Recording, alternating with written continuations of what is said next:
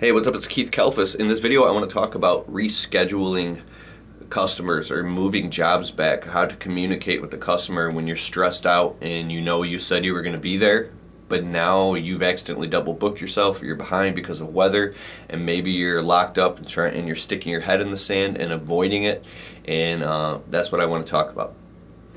I've had some experience with this. So imagine you're booked, the phone's ringing. It's like playing Tetris on level 50, okay? You've got to get to these customers, you've got to fit the pieces in the right positions and not overbook yourself at the same time, yet keep enough volume coming in to keep cash flowing to pay all your bills. This is grind time right now, so it's the time to work literally constantly, and right?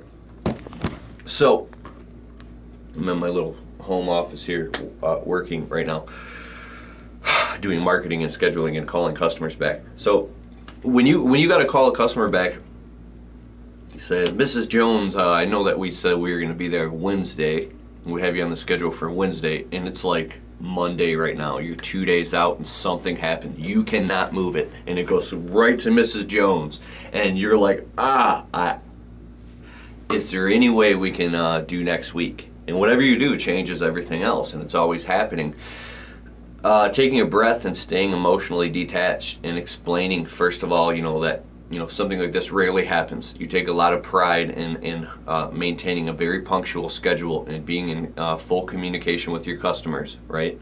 Don't start giving them excuses or reasons why. If you're new in business and you don't have the good customer relationship and people skills thing down yet, and you start telling your customers reasons why, very quickly they could get triggered and see that as an excuse, because they're not allowed to have excuses in their life, their personal or business life, right? So they don't want to buy your excuses. They would immediately perceive you as unprofessional and get really pissed off.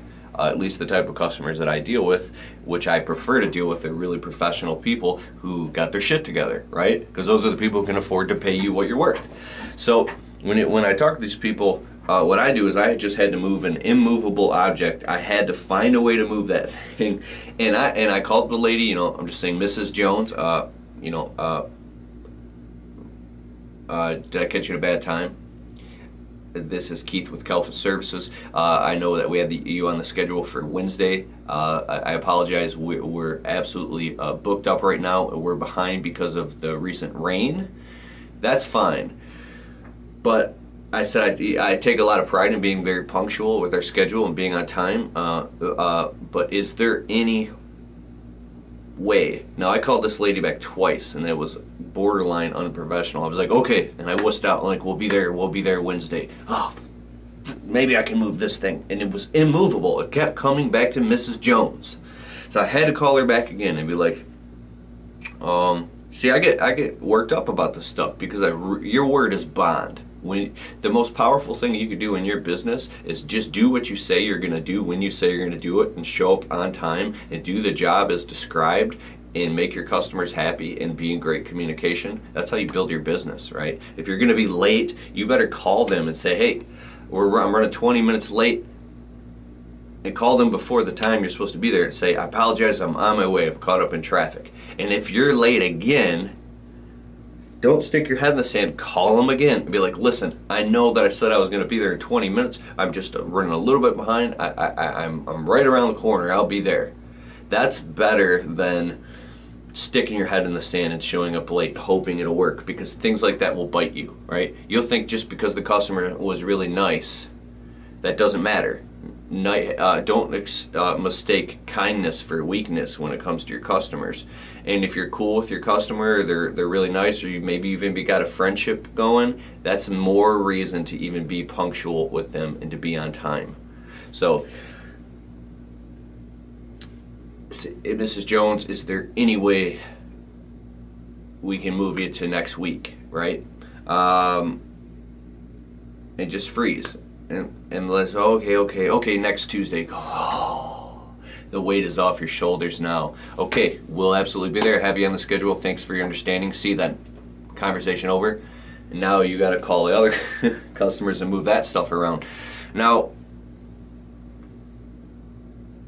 having an administrative person to do all this stuff. My wife worked for the company last summer and I loved it, but she didn't like it. So she went back to doing what she was doing in her own new internet business.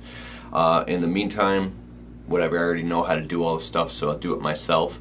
But also, it's not as hard as it used to be, because the more you do this small business thing, is the better and more clearly you start to define what the fat is, right? Like I literally, I've got to process spreadsheets and I'm doing email marketing and stuff right now, and I looked at my phone and a Facebook notification messenger popped up on Facebook and I clicked it and I instantly said, I'm like, what the heck am I doing? Like I got mad at myself and I X'd that out, and I will literally uninstall Facebook now, because you find yourself doing stuff like that in a time critical situation when you need to be focusing on your business. And I think that the farther you go and the more and more pressure, I came up with this quote, is the quality, like, don't be flippant. To be flippant means you don't take something seriously. You just say, like, you're not taking it seriously. So the reason I believe to take your business serious is because it is very serious. You're dealing with and serving in a state of service other people who are entrusting you to, service their property. And I believe that the element that you take that serious way more than you ever did in any job, and the element that you stand up straight and you're focused and you are at service, and it means everything to you to make sure that customer is taken care of properly. Also, you're getting paid right as well, and you're not only dealing with just the job, but all the front-end communication stuff and the contracts and everything, and then the back-end communication, following up with the customer and making sure that you stay in contact with them, they have everything that they need. If it's a project, a landscape project, anytime we do something over over $1,000, if it was a little trimming, I don't call them back. I do email market. What I mean, anything that was an actual project, I always call the customer back or follow up with them to make sure everything is good, ask them for a positive review.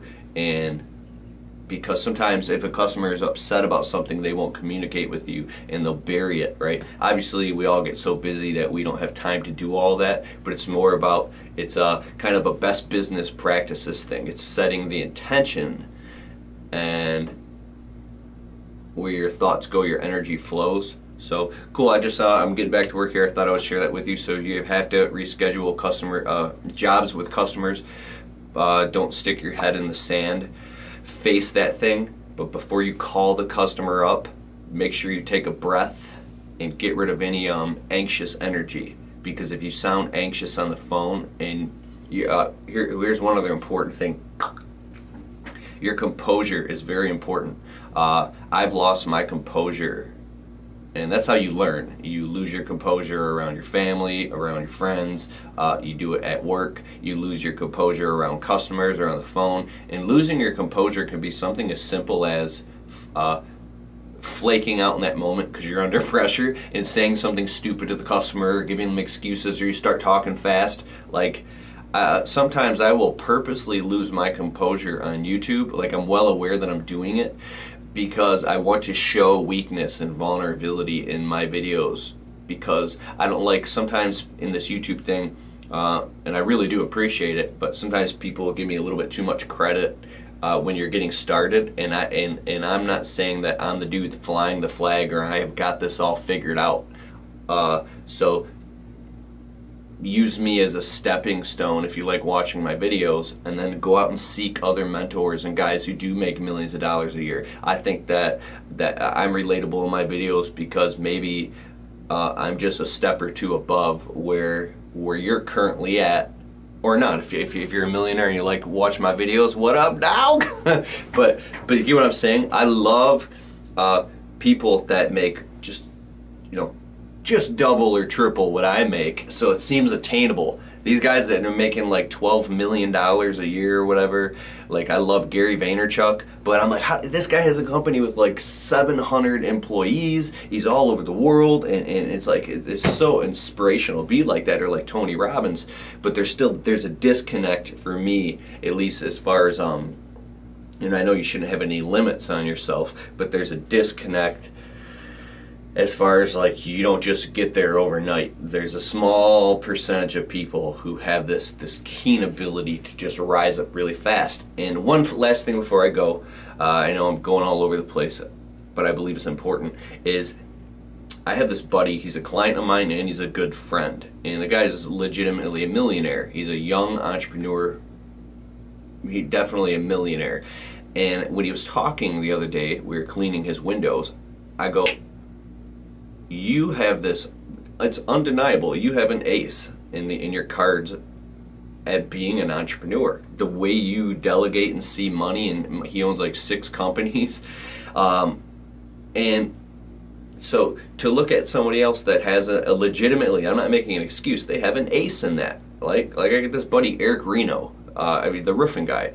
When it comes to specific things, he's really, really good at that. Like, what are you really, really good at, and how can you use that to your advantage? Because obviously, money is really important. So, if you suck at communication, I believe communication is key too, as far as making money. How can you raise that up and realize what your talents and your strengths and your weaknesses are? Okay, I'm all talked out here. All talked out. Okay, cool. Thank you very much.